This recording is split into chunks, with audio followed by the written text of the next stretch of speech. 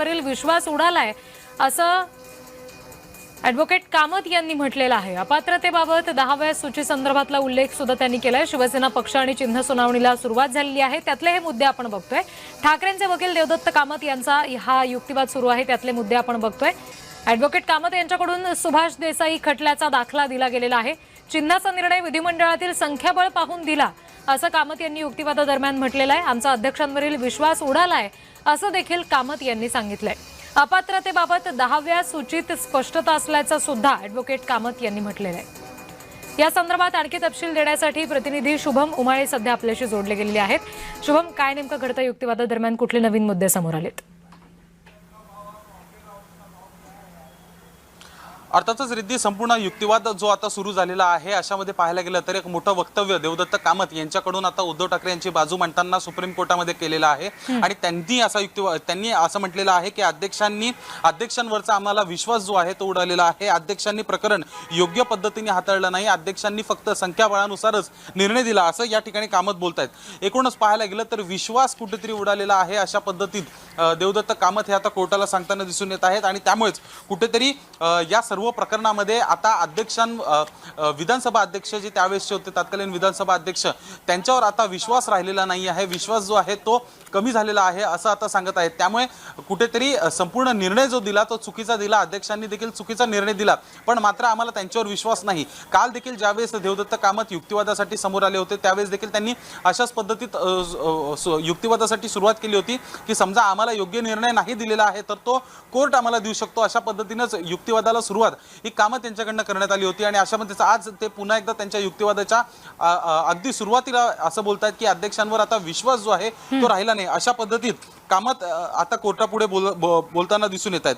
अशामध्येच रिद्धी समजा पाहायला गेलं तर मग अध्यक्षांचा निर्णय हा चुकीचा आहे आणि चुकीच्या निर्णयावर आता आम्हाला त्यामुळे विश्वास राहिला नाही। देवदत्त कामत यांच्याकडून सुभाष देसाई यांच्या केसचा दाखला हा देखील आता जात आहे। कपिल सिब्बल यांनी देखील 2 ते 3 वेळा सुभाष देसाई यांचा संपूर्ण जो खटला होता त्याबद्दल जो आहे उल्लेख त्यांनी या ठिकाणी केला होता। आणि आता कामत हे देखील त्याचनुसार सुभाष देसाई यांच्या केसचा दाखला जो आहे तो आता कोर्टाला देत आहेत। कुठेतरी संपूर्ण प्रकरण जे आहे एका विशिष्ट निर्णय येईल यासाठी कुठेतरी हे संपूर्ण प्रयत्न हे उद्धव ठाकरे यांच्या वकिलांकडून करण्यात येत आहेत। आणि अशामध्ये सुभाष देसाई यांचा हा संपूर्ण जी केस होती, संपूर्ण जो खटला होता त्यावर देखील लक्ष केंद्रित करून देण्याचं काम सुप्रीम कोर्टापुढे कपिल सिब्बल यांच्यानंतर आता देवदत्त कामत करताना दिसून येत आहेत।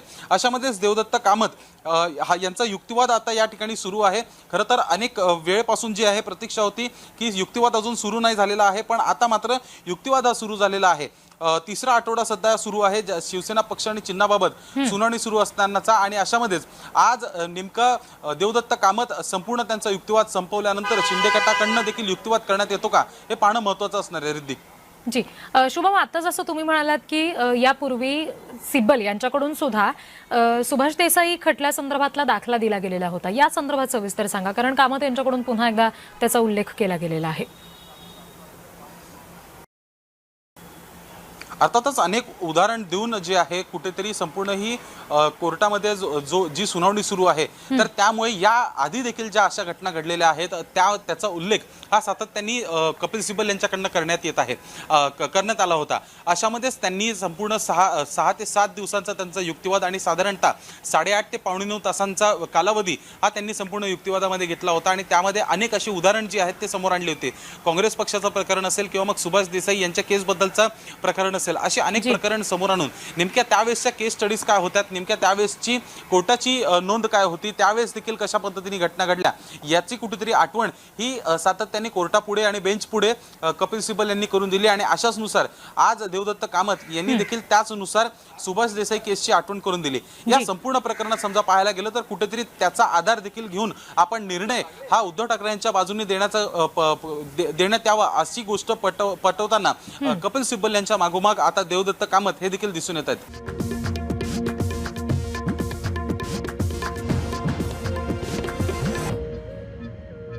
आणखी अपडेट्स आपण बघतोय। न्यायालय आमदारांना अपात्र ठरवू शकत नाही असं म्हटलं गेलेलं आहे। ॲडव्होकेट कामत यांच्याकडून सुभाष देसाई खटल्याचा दाखला दिला गेलेला आहे, आपण बघितलं।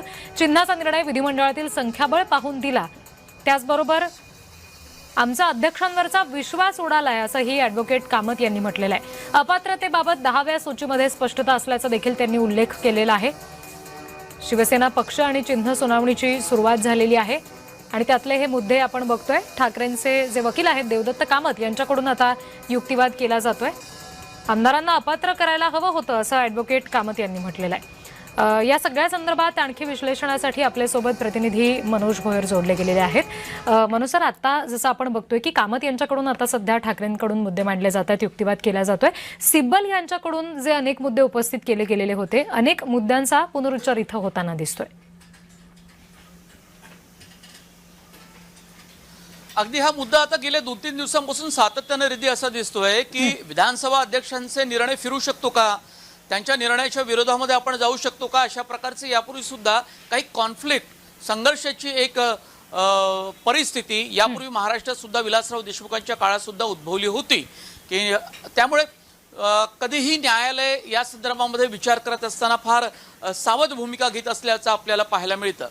त्यामुळे देवदत्त कामत यांनी असं म्हटलं आहे की विधानसभा अध्यक्षाचा निर्णय जर चुकीचा असेल आणि घटनेची जर पायमल्ली करणारा असेल आणि घटनेच्याच विरोधात जाणार असेल आणि कायदेशीर बाबींचं पालन न होता तो निर्णय केलेला असेल तर तो रद्द केला जाऊ शकतो, त्याविरोधात सुद्धा निर्णय दिला जाऊ शकतो.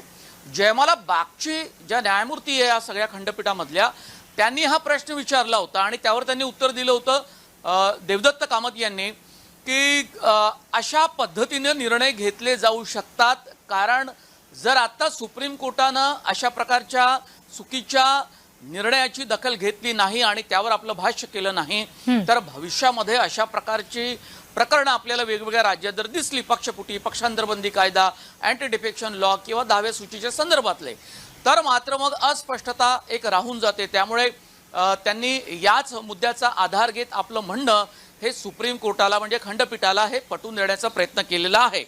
कारण विधानसभा अध्यक्षांनी अपात्रतेच्या संदर्भात घेतलेला निर्णय हा अत्यंत चुकीचा होता.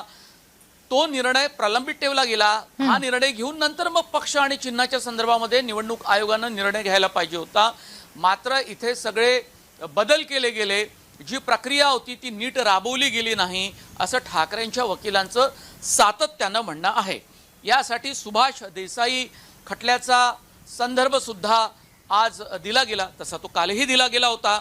आणि ओम कुमार आणि BC चतुर्वेदी केसचा सुद्धा कामत यांच्याकडून दाखला दिला गेला.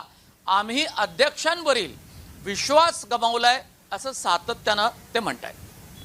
जी मनोज सर, पुन्हा एकदा मी तुमच्याकडे येते. सध्या आणखी काही नवीन तपशील घेण्यासाठी शुभम यांच्याकडे जाते. शुभम, कामत यांच्याकडून जो युक्तिवाद केला जातोय, कुठले नवीन मुद्दे उपस्थित झालेत आता?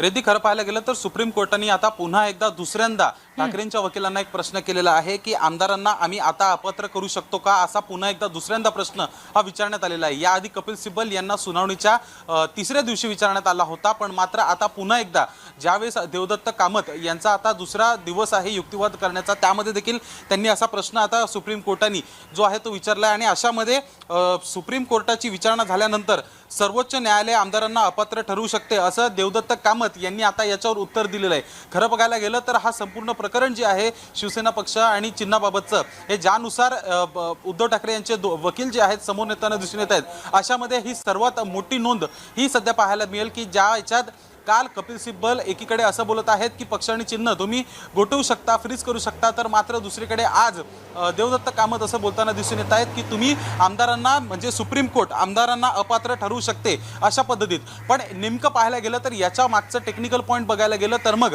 संपूर्ण कार्यकाळ जो होता 5 वर्षांचा कार्यकाळ विधानसभेचा असतो आणि अशामध्येच त्यावेळेस जे आमदार आणि मंत्री होते त्यांना अपात्र करण्याबाबतची कारवाई ही त्यावेळेस नाही करण्यात आली. त्याच्यानंतर संपूर्ण कालावधी हा रद्द झाला आणि त्या कालावधीच्या नंतर कुठेतरी पुन्हा एकदा नव्याने महाराष्ट्रामध्ये विधानसभा निवडणुका या झाल्या होत्या. त्यानंतर काही आमदारांचा पत्ता देखील कट झाला, तर काही आमदार पुन्हा एकदा निवडून आलेले आहेत. या संपूर्ण प्रकरणामध्ये समजा पाहायला गेलं तर आज देखील समजा आमदारांना अपात्र करण्याची सुप्रीम कोर्टाकडे समजा एक ताकद आहे किंवा सुप्रीम कोर्ट करू शकतं, तर मात्र कार्यकाळ तर समाप्त झालेला आहे. तर मग आजच्या तारखेत हे सगळे आमदार असतील किंवा जे मंत्री असतील हे अपात्र होतात का, हा एक मोठा प्रश्न या ठिकाणी उपस्थित होतोय. कारण की समजा कार्यकाळच संपला असेल, समजा त्याची वैधताच संपली असेल तर मग आता अपात्र करून काय, असा एक मोठा टेक्निकल पॉइंट जो आहे तो या ठिकाणी दिसून येतो. अशामध्ये समजा अपात्र करण्याची कारवाई करण्यासाठी सुप्रीम कोर्ट निर्देश देतं तर मात्र निवडणूक आयोग असेल किंवा मग विधानसभा अध्यक्ष असतील यांच्या पुढे एक मोठा पेज असणार आहे. आणखी त्यावेळेसचे आमदार आणि त्यावेळेसचं संपूर्ण गणित हे वेगळं होतं. आणि सध्या शिवसेना पक्ष चिन्हावर जे पुन्हा एकदा महायुती सरकारमध्ये एकनाथ शिंदे यांची शिवसेना विराजमान झालेली आहे, स्वतः एकनाथ शिंदे याच्यामध्ये जे उपमुख्यमंत्री आहेत, तर अपात्रतेची कारवाईबाबत सुप्रीम कोर्टाने समजा हिरवा कंदील दिला तर नेमकं कशा पद्धतीने ही गोष्ट समोर जाईल तर याच्यावर शिंदे गटाकडनं देखील आक्षेप जो आहे तो घेण्यात येऊ शकतो. कुठेतरी हे संपूर्ण प्रकरण कुठेतरी थांबलं पाहिजे किंवा मग ज्यानुसार संपूर्ण हा मी टेक्निकल मुद्दा मांडलेला आहे तोच कुठेतरी मांडण्याचा प्रयत्न शिंदे गटांच्या वकिलांकडनं हा कोर्टापुढे होऊ शकतो. अशामध्येच पाहायला गेलं तर आजच्या दिवसातली ही मोठी अपडेट म्हणावी लागेल. ही संपूर्ण युक्तिवाद सुरू झाल्यापासून ही सर्वप्रथम सुप्रीम कोर्ट विचारणा करते की आमदार अपात्र आम्ही करू शकतो का, तर त्याच्यावर देवदत्त कामत जे उद्धव ठाकरे यांचे वकील आहेत, उद्धव ठाकरे यांच्या बाजूनी दुसरे वकील आहेत जे संपूर्ण खटला हा संपूर्ण युक्तिवाद या सुनावणी दरम्यान पुढे नेत आहेत, ते म्हणतायत की तुम्ही सुप्रीम कोर्ट अजून देखील अपात्र करू शकतो.